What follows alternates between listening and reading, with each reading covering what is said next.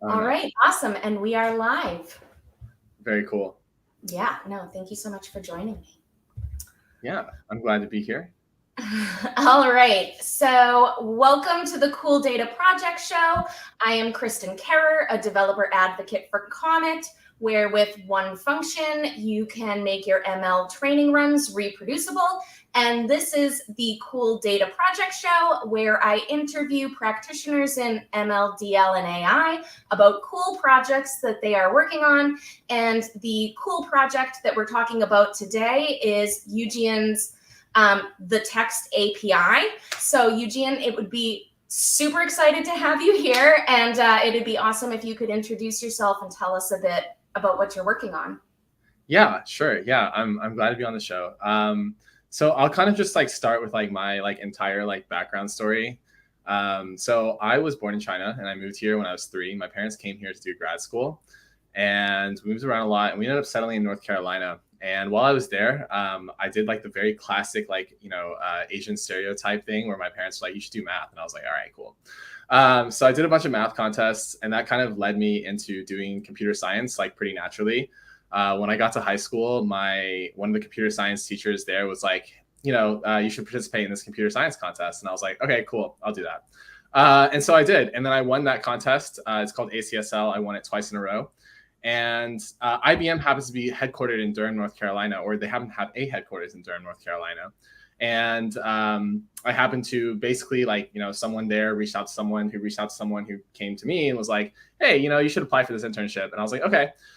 So I applied to that, and I worked at IBM for about 3 years, doing very basic intern stuff for software engineering. After that, I went to college at UNC because they gave me money, and I was like, okay, nice. And had a lot of fun in college. It was a great time. And while I was there, I also managed to do some. So I got my first like startup experience while I was there. I worked at this. At the time, it was a small startup called Encino. Actually, it wasn't that small. It was like 200 people. But now they're really big. And then I did a bunch of research while I was there. So I joined a research lab, and I did research in neuroimaging on like MRIs and how you can detect and segment out like different parts of the brain.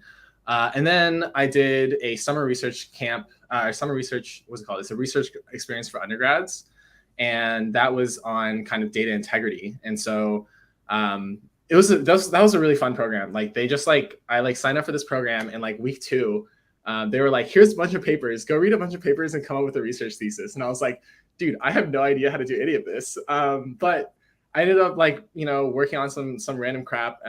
My like mentor for that project like hurt her back or something and just wasn't there for the entire time. So it was just like me like heads down. Like I was like, okay, I'm just gonna come up with something. And so we just like came up with something, and surprisingly like it got published. And then that led me to present at IEEE Big Data, which I actually presented 2 different projects there. I presented someone else's project too, and that one was kind of hard because I didn't know what they researched at all, and I was kind of like, what?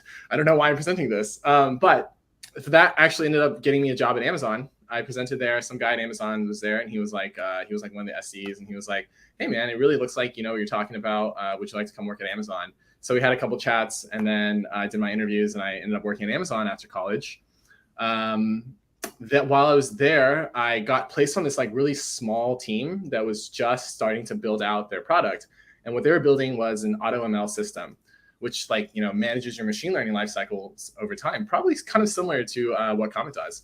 And while I was there, about 6 months in, they were like, hey, we have a really small team. We don't really have that many resources. Do you think you could do some like senior level work? Like we want you to like design the architecture, and we want you to design like how this data is going to flow and blah, blah, blah, and which technologies we're going to use. And I was like, I have no clue what any of this is, but we're going to see, we're going to find out. And so we found out, and it worked. And I things like happened to work out. It was like, we ran into some, delays along the way and all this stuff, but everything kind of worked out at the end. The 2 projects that I ended up creating, like my last like 6 or 7 months there, made like $2.5 million. And I was like, wow, this is great. But also at this point, I was kind of like, okay, like, the speed of learning is kind of like slowing down because I've kind of gotten to the point where I can do all like the very basic stuff that they require from like, software engineers and stuff. And I was like, let me go learn about how to do other things and also possibly make some more money along the way. And so I left Amazon and I started my own startup. And my first company was just an absolute disaster. I got like 5,000 plus users on this app. And then like I couldn't figure out like how to monetize the app. I was like, I have this data. Who do I sell this data to? And then I was like, I have no clue. And I was like, I don't even know, like, yeah. So like I was like, ugh. But I got myself into the startup world by doing that. And then by doing that, I got into a bunch of like consulting positions. And so I started like consulting with a bunch of startups. And I had like a few like, you know, full-time jobs, but I also had like a few consulting positions, and I built like a second business. And this was the first time I felt like I'd really like kind of gotten the idea of like the hang of kind of like general like business stuff. It's still like, you know, it's still confusing to me, but I managed to build like a 6-figure consulting business, and I was like, wow, I'm really proud of myself. And then I built this text API after I had worked at Assembly AI, which is a speech to text company. And I saw what they were doing, and I was kind of like, hey, I can do that. And then I also was like, they're not doing text stuff. They're just doing speech to text. And, you know, if people are going to be buying the speech to text stuff, they're going to get a bunch of unstructured text data. And we know that 80% of business tech data is already like unstructured text data. And I was like, well, I'm going to build something that kind of complements this because it's in my, you know, area of expertise. And so that's what I did. And that's how I built the text API. And over the last 11 months or so, maybe 10 months. I finished it sometime around like November, December. I think it was like the middle of November last year was when I finished the first like beta. Over that time, I built out, you know, a bunch of marketing kind of like material. And then that's kind of what with Python Algos was, which was like my kind of like Python ML site.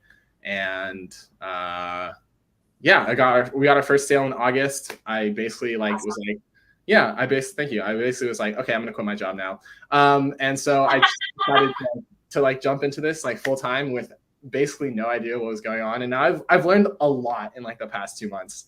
But yeah, that's kind of what it is, and how it became from like just like a simple project into like multiple products. We built multiple endpoints into now, you know, like what I consider now to be my first like. I'm attempting to build my first like venture-backed company right now. So that's where I'm at. That's awesome. And I love the background story. And it sounded like there was a whole lot of just like, sure, I'll do that along the way. yeah, it's a lot of times it just feels like, you know, like you get these opportunities and you just kind of like take advantage of them. Or sometimes people are like, hey, I'm going to throw you into the deep end. You cool with that? And I'm like, yes, this is how I like learning how to swim. In fact, that is actually how I learned how to swim, like physically swim. Oh, George has a question already. Thank you so much for joining us, George. Is NLP mostly advanced for the English language, or are there libraries for other languages too? Oh, that's a good question. So I think NLP is like, I mean, my exposure to NLP is that it is most advanced for the English language, but that's also because everything I do right now is in English. But actually NLP has a lot of applications to other languages too. Languages like Italian, Spanish, German, and French all have very similar kind of like, how do you say, backgrounds, I guess, like very similar linguistically. They're very linguistically similar. And so you can kind of, you can use NLP to create very similarly advanced models along those. Now, as far as I know, the reason why NLP is the most advanced in English is actually just because 55% of the data that you have on the internet is in English. And, you know, machine learning, AI, whatever, it's just, you just take some data, you run some math on it, and that's it. That's all it is. So the data is the most important piece. Oh, an awesome question. Thank you, George. And so we do have a demo, so we wanted to make sure we showed that. Let's see. Oh, cool. He's learning Italian at the moment. Yeah. I can say one thing in Italian. I can say ciao.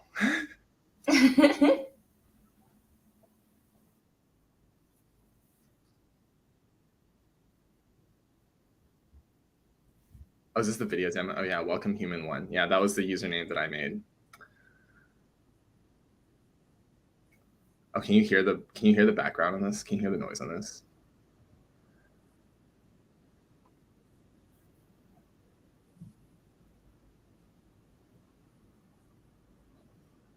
Here, wait, let me just do a live demo. You want to hear it? Yeah, I have a live demo I can just run, yeah. I think, wait, let me see if I can actually present my screen.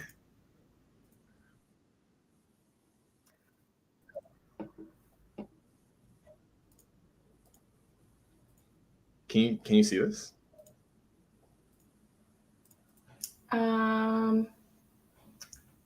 No. Did you already try and share your screen? I did. Okay, let me try again. Thought for a second. Oh, the browser can't access your screen. Try capturing a different screen. Maybe it can share screen 1. No, it can't. Okay, I don't know why the browser can't capture my screen. Okay, well, I guess we'll go back to the video demo. I'll just talk over it as it goes then. Okay, I'll turn the volume down on that, and then.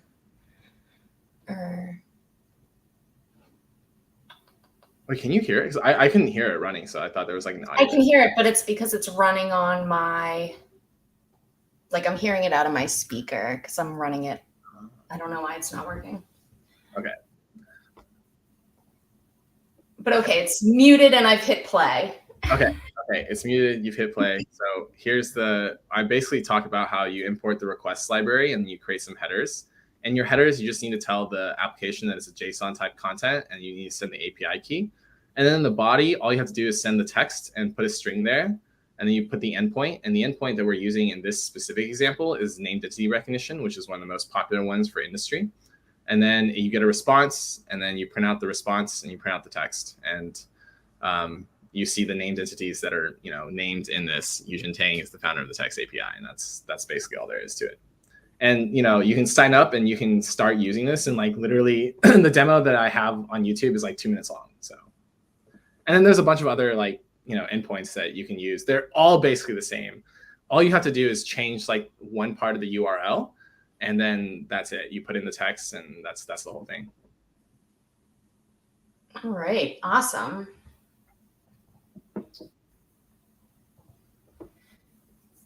And then, so who are you like targeting for this app? What are their needs? I know you have like a number of algorithms that you're using on the app. Like what's the most popular use case for people? Sure. I'll start with kind of our target audience, and I'll talk about this from like what we're doing right now into what we're going to be doing in the future. So I initially created this with developers in mind, software developers. And that's because I was a software developer. And so I was like, well, I know how to create something that software developers will want to use, is easy to use, and will benefit from in a sense. And so I was like, who's going to want to create like NLP projects? That was my initial audience. And then as I've kind of been talking to more and more people, what I've started to learn is there are use cases for NLP in pretty much any industry that you can think of. Like for example, in fintech, one of the things that 2 Sigma has been doing and JP Morgan has been doing is just automating the analysis of different financial documents. So JP Morgan released a statement last year where they were like, we automated 360,000 hours of analytics in 15 seconds this year because they used some NLP stuff. And I was like, whoa, that's super cool. So I kind of clicked into that. Cool.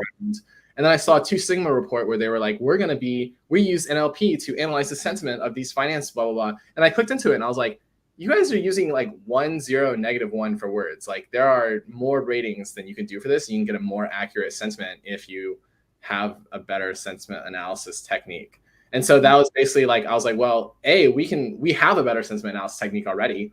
We have an endpoint called text polarity, which is, maybe I should change that to sentiment analysis because nobody really knows what text polarity means, but everybody has heard sentiment analysis. So maybe I'll have to change that. But yeah, like that is something that I see a lot. And then like, so recently we created a tool for automatically scanning resumes. So for sourcing for recruiters.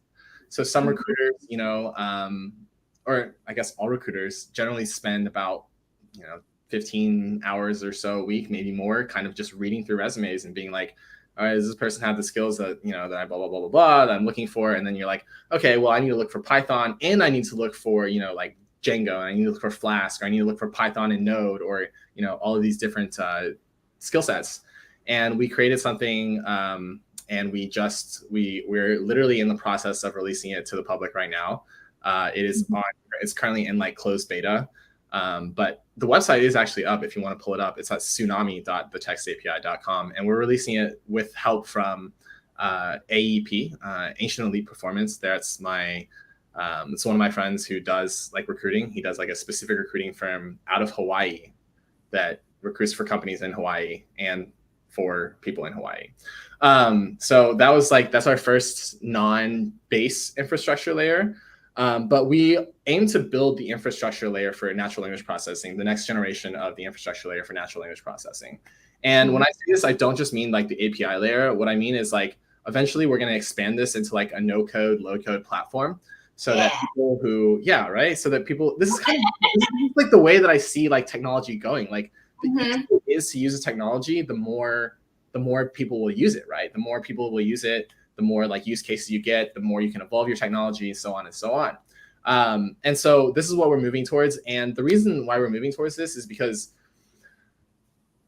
like, if you are a business user, if you are a sales guy, or if you are a financial analyst, or if you are, doing like market research and this kind of stuff, it is much more effective for you. You can be much more productive if you automate more of your workflows. And so, of course. So we're creating this tool so that, people who are like if you're in sales, you can just drag and drop your emails and kind of get an idea of like, okay, what's the health of this deal? You can drag and drop your emails and your meeting notes and meeting descriptions all together. And you're like, what's the health of this deal? If you're a financial analyst, one of the other use cases that we're working on creating a better algorithm for is data deduplication. And so a lot of people run into things like, I'll give this specific example of Yardi. Yardi is a real estate company that has a pay to procure system, and their pay to procure system, they want to create these vendor relationships and these, what's it called? The people who want to hire vendors, what are they called? I don't know. But they're creating these relationships. And one of the issues they're running into is that people are typing in names of companies and people wrong. It's just data entry. Yeah, that's huge. And phone numbers are in like a million different formats and everything else. Yeah.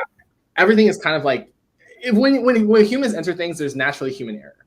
And so, we're basically like, okay, the problem here is pretty simple to solve. We just need a way to reconcile all this data. And the algorithm for that is not public, but we're like working on creating like a way to do that with zero shot learning. And the reason why we want to do that is so that we don't have like, it costs money to basically be able to constantly train your models. But if you have zero-shot learning, where you have a trained model that can kind of classify things with like classified data it's never seen before accurately, then you're at a big advantage there. And so one of the things we think about is reducing like costs of goods sold. And I kind of got this idea from chatting with Scott Stevenson, who's the CEO at DeepGram. And so these are kind of just some of the techniques, some of the use cases, some of the people that we're looking to serve. And I think you said something about what are the most popular endpoints right now? Yeah. So right now, the most popular endpoints that we have that people have been like, the reason why people are buying the API is mainly named entity recognition. And like, this is very like, so the use case, I just talked to this guy who bought like the API, like a subscription to the API. And he was like, I'm using this to make sure that my CSV files, which come in, once again, based off human error, which come in, and sometimes the names and the organizations are mixed up, but we need the names and organizations to be in this order to implement them into the system because the system expects this. And so what we do is we use named entity recognition so that we know whether something coming in is a person or an organization, and then we organize it correctly based off that. That's one of the use cases. Other use cases, for example, like the sentiment analysis one that I talked about earlier, it's for like fintech stuff. You can basically analyze things like 10Ks and 10Qs. And then summarization is pretty interesting. It's pretty good for like education. So, all of our attention spans are getting shorter and shorter.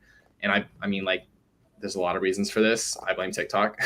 But, like, it's just a fact. It's just things are happening like this. And so what would be really nice for people who are learning is that if you can get like a summarization of the things that you need to be learning, and then you can be able to click into each sentence and see how that sentence was summarized, like what was the text that sentence was summarized from, and you can kind of learn more about your about whatever it is that you need to be learning through like little snippets, as opposed to you having like a 300-page paper to read, you know.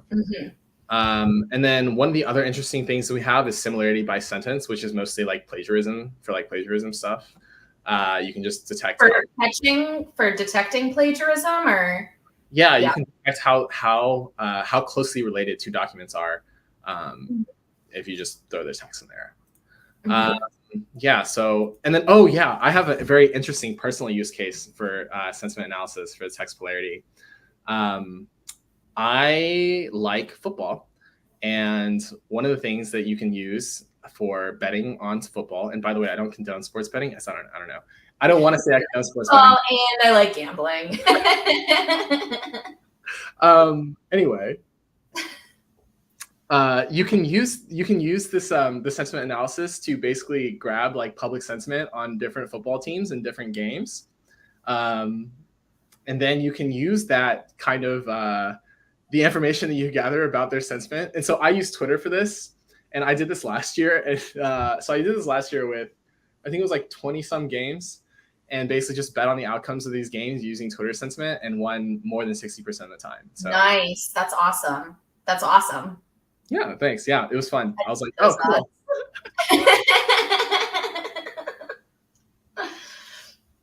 Awesome. So how did you collect all this data, and how is the data different for the different models? Because you obviously have like a whole lot going on. Yeah. So collecting the data in general is pretty boring. We just scrape the web. But there's actually a bunch of different ways, or different models in different industries require different like types of data, or they require different data like corpuses. Yeah. So for example, web data, or if you just go scrape Wikipedia, then you get about 32 million words, and that's pretty good to be training a generalized language model on. We use transformers. Everybody uses transformers now. Actually, we are looking to move away from the transformer model into like a lightweight RNN model that can run on your phone. And this is because we're going to compare accuracy and stuff, and we're looking to reduce costs of goods sold. Transformer models are a little bit more, they're more computationally expensive than the models that we're looking at. And also transformer models have this like kind of thing where they only like see like, certain segments at a time, like 512 words or 1024 words or stuff like that. We're kind of like just looking at how do we kind of get the best data for each industry. And so for example, in fintech, the things that we're doing is we're just scraping data from financial analysis or financial reports, right? There's no need for me to go onto Wikipedia and look at the Wikipedia entry for vampires or zombies or whatever in order to kind of understand what's going on in finance reports. It just doesn't matter. So that's kind of how we're doing it. We're looking at different industries. We're trying to take that industry's data and use that industry's data to create their specific models. And then, so you mentioned mobile. Are you trying to make it so that you have like a mobile app as well, or was that? Yeah, I mean, like, we're just trying to make it so that like my general like vision, my general goal with this is that like in like 5 to 7 years, if you are someone who has if you are someone who wants to do some sort of like text processing, like let's say you're on your phone and you're like reading like a blog or something. I read blogs on my phone a lot. I don't know if other people do this. Oh, totally, 100%. Okay, cool. So like if you're like reading a blog and you're like, okay, I want to know like all the who is this blog, like who are the people that this blog talks about, what are the organizations that this blog is talking about. That could be valuable for you to kind of understand like what's going on and who this person who's writing it is affiliated with and stuff like that. What you could do is you could go on your phone and you could fire up like an app that could run locally, could run in the browser. I think we're probably just going to use have it hit an API endpoint, but the point, I guess, like the point I wanted to make with like having it being able to run on your mobile phone is just that mobile phones have like lightweight processing systems, and so we want to be able to have it run at a very, very low processing power. So not necessarily, it doesn't necessarily have to be on your mobile phone, but yeah, the idea is that we will have like a mobile app, and it'll just be like drag and drop kind of stuff, like paste a link, get an output, or drag and drop these couple like blocks together, get an output, and stuff like that. Yeah. I'm trying to get my computer vision model right now to run on a Raspberry Pi. So I'm feeling you. It's one of those things that like, I don't need it, but like, can I do it? I don't know. Yeah, it's cool. And like, I mean, it is like one of those things where it's like, if it costs you less to create the product, then you can sell the product at a lower price, and customers will be, happier because they can do the same things, except instead of costing them $100, it'll cost them $1. Well, and one thing I'm thinking through too is like, if I can get it on the Raspberry Pi, then if somebody takes whatever I'm building and travels or whatever, they'll still be able to get the data, when they finally get back to home and have internet again, they'll be able to, have some of the data rather than going dark for that whole time. Exactly. Yeah. So talking about that, can you tell us a little bit about the development process? Oh, and I just want to answer this person real quick. So yes, these are always recorded. You can either find it on my, in my LinkedIn feed or on the Comet ML YouTube channel. So it'll be recorded and live up on the internet in both places. Okay. But so tell me a little bit about the development process. Yeah. So I come from, my main like area where I started learning like best practices for software development was while I was at Amazon, and they run a pretty extensive process. There's a few steps to it. So before anything gets built, and you have to have like we violated this already. Technically you should have the business use case before you build anything. Only had like a couple of business use cases in mind. We were like, yes, people are going to do this. We don't exactly know who's going to do it. We don't exactly know when they're going to do it or anything like that. We just know that this is something that people are going to need. And that's kind of something that we figured out along the way, is like which industries are using this, right? Like fintech, marketing, reg tech, education, healthcare, all of these industries are using natural language processing. But we started kind of just like, I'll just talk about the actual building the software development process. So what we do is first we think about what we're building, and then we think about what does the architecture for an application like this look like. So we create like a architectural high level diagram, and I have like a post on how to create high level diagrams on my site.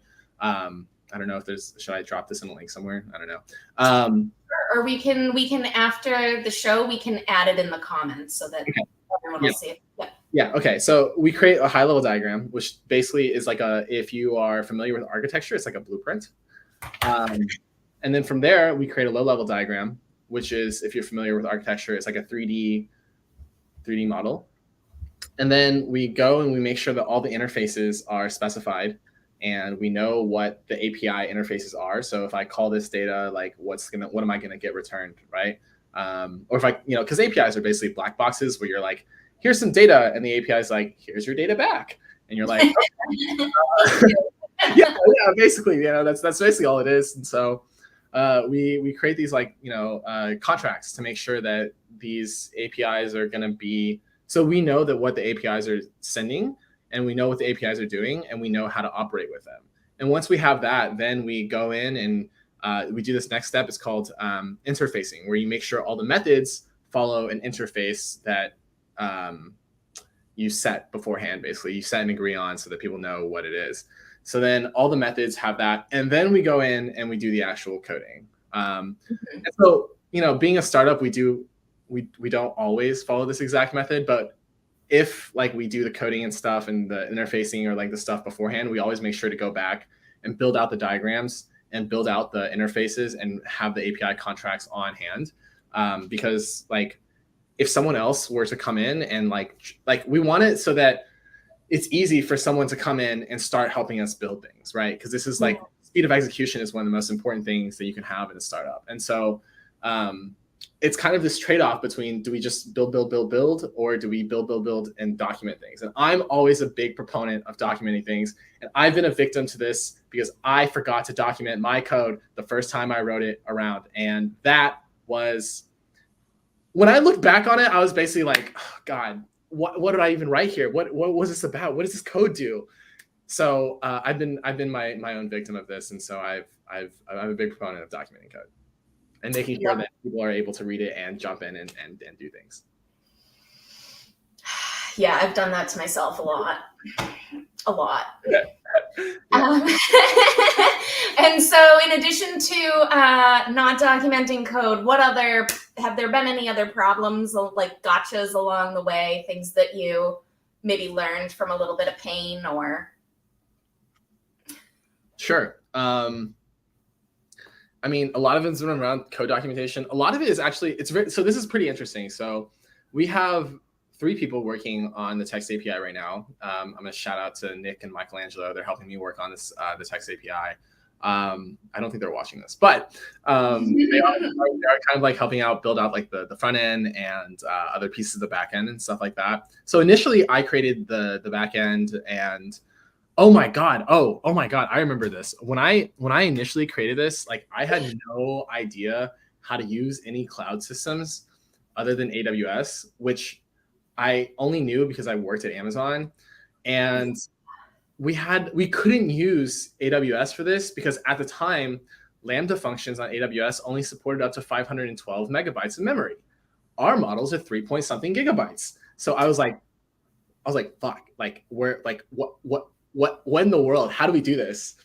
So I went and I like learned like Docker, and I like went and did Kubernetes for a while, and I was like, Kubernetes is such a pain. Like this is why is it like this, you know?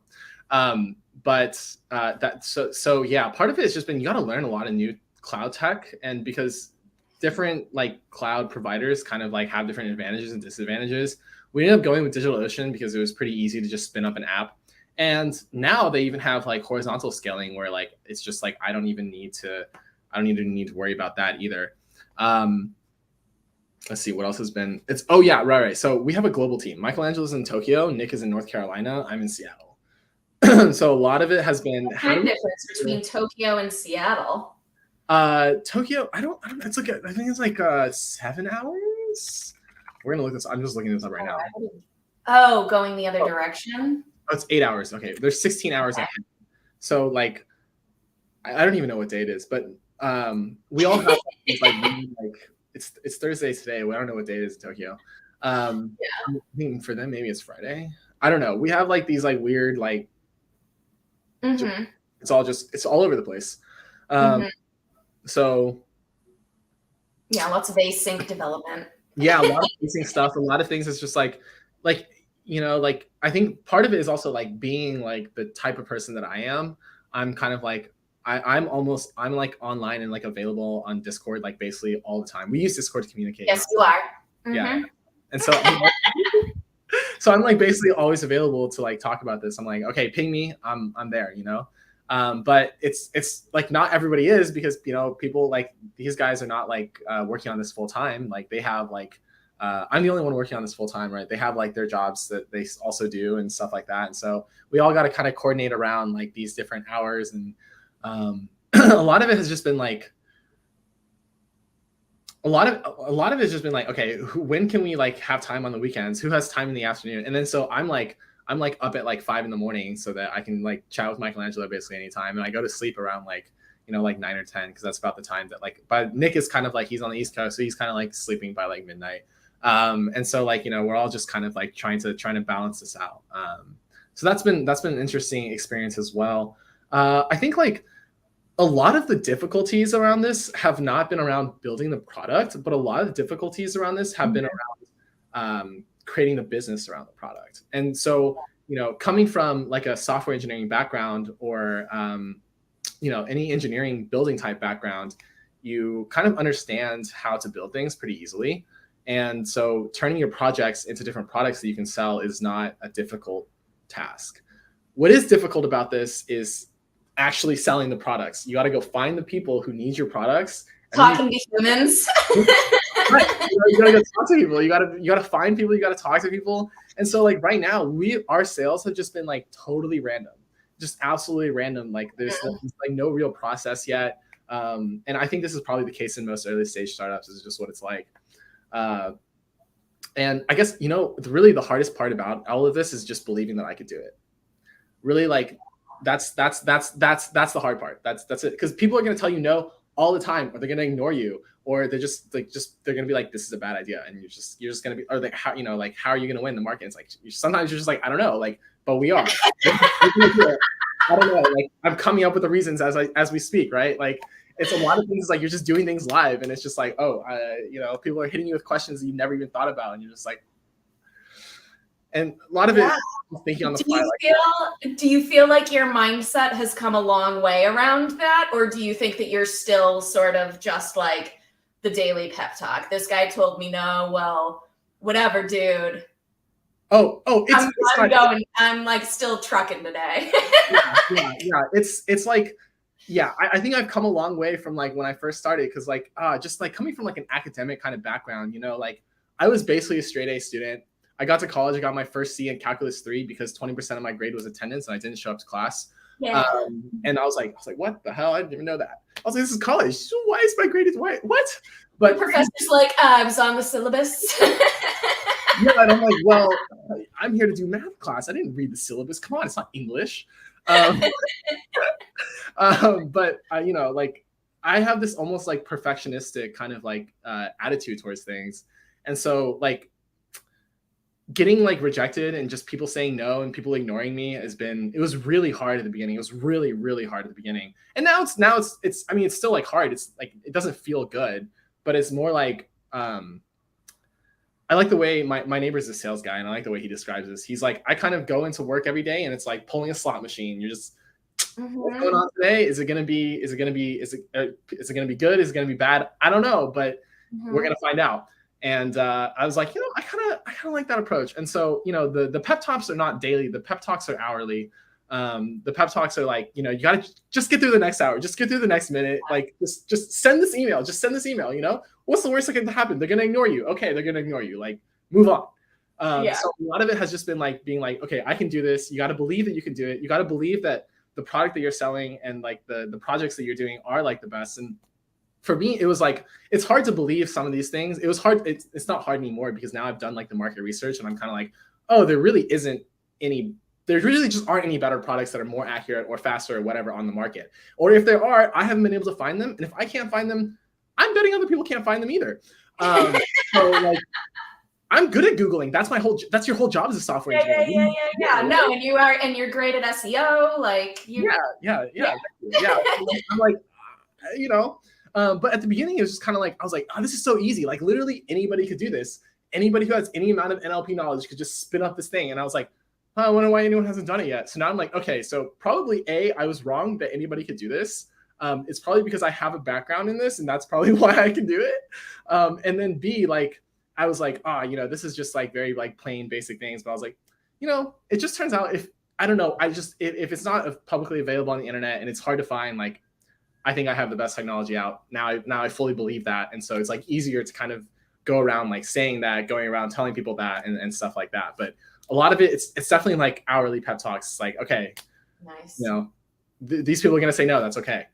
Yeah, I like to remind myself, it's like, it's my job to ask. And there's two answers. There's yes and there's no. And so it's not supposed to be yes 100% of the time, like not even close. And like a single data point is just a single data point. Like if you string together a ton of data points and there's a trend, like, sure, but just like, it's my job to ask, they're going to give a response. And it doesn't necessarily, one data point doesn't necessarily mean anything.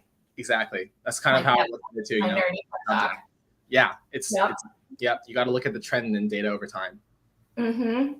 And then, so did I already ask you what you're currently working on this project? Like when you go to play with it later today, tomorrow, or whatever, like what pieces are you actually working on? Yeah. So we're currently working on creating I think I touched briefly on this, but we're currently working on creating like the pipeline for like the fintech analysis stuff. So we're gathering the data to create like a fintech specific model. We have a model for it. I would like it to be better. It is.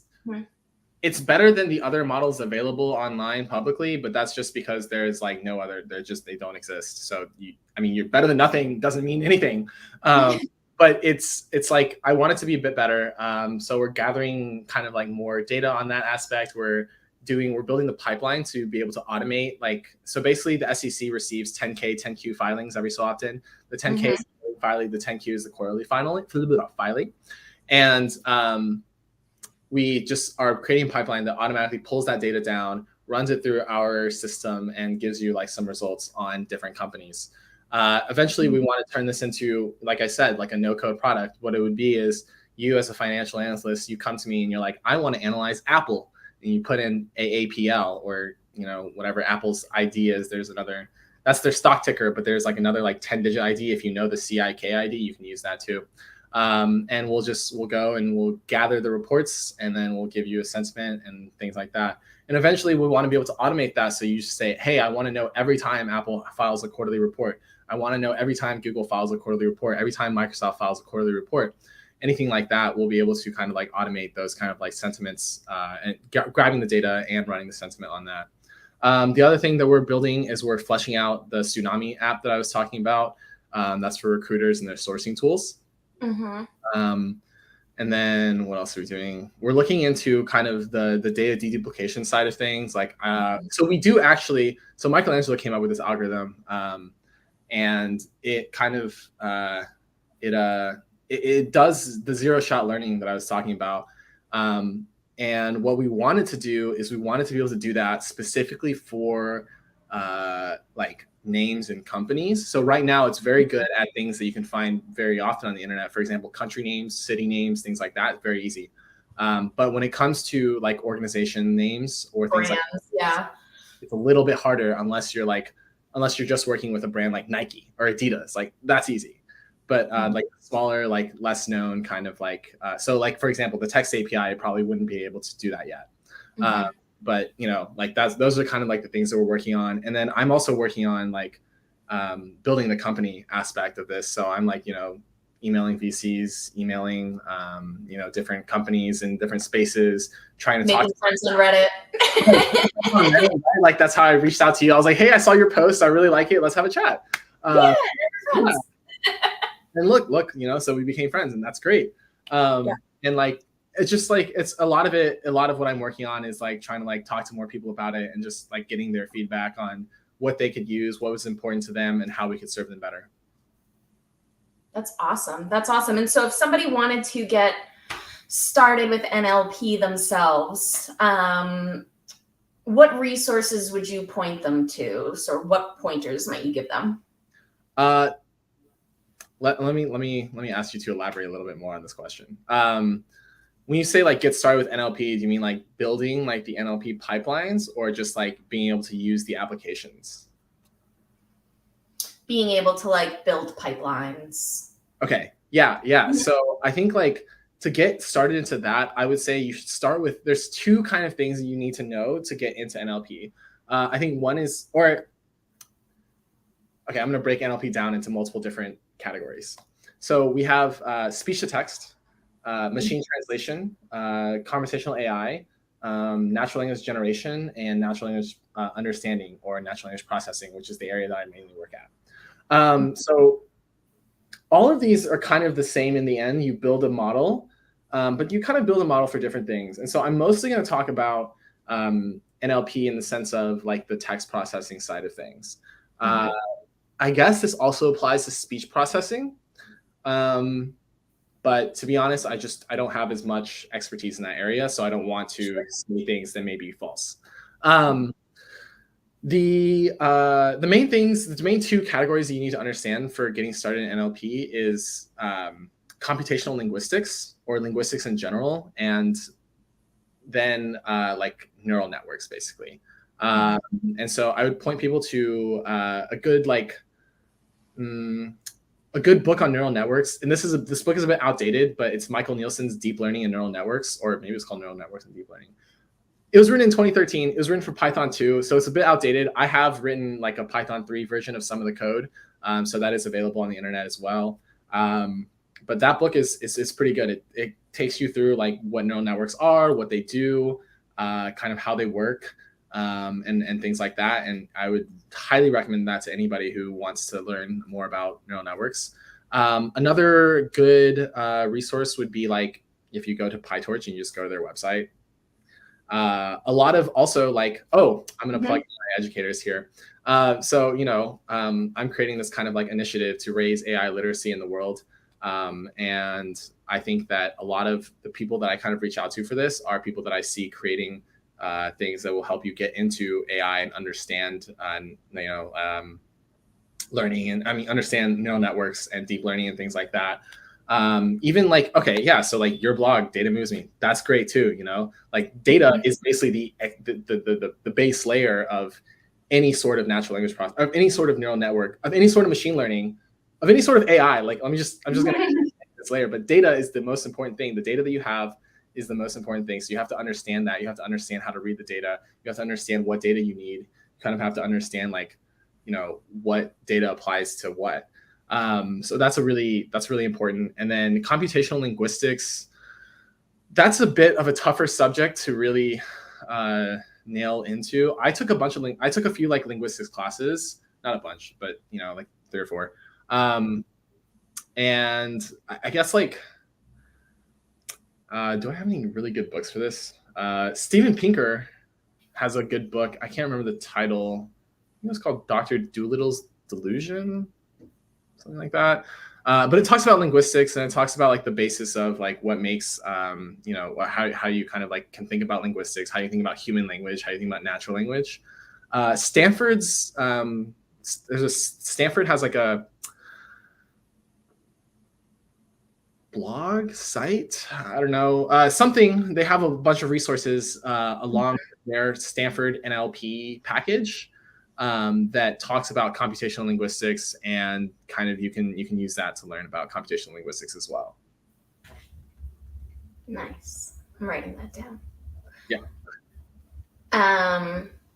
All right, awesome. Do you think there's anything that we left out talking about the project that you want to make sure you have a chance to add?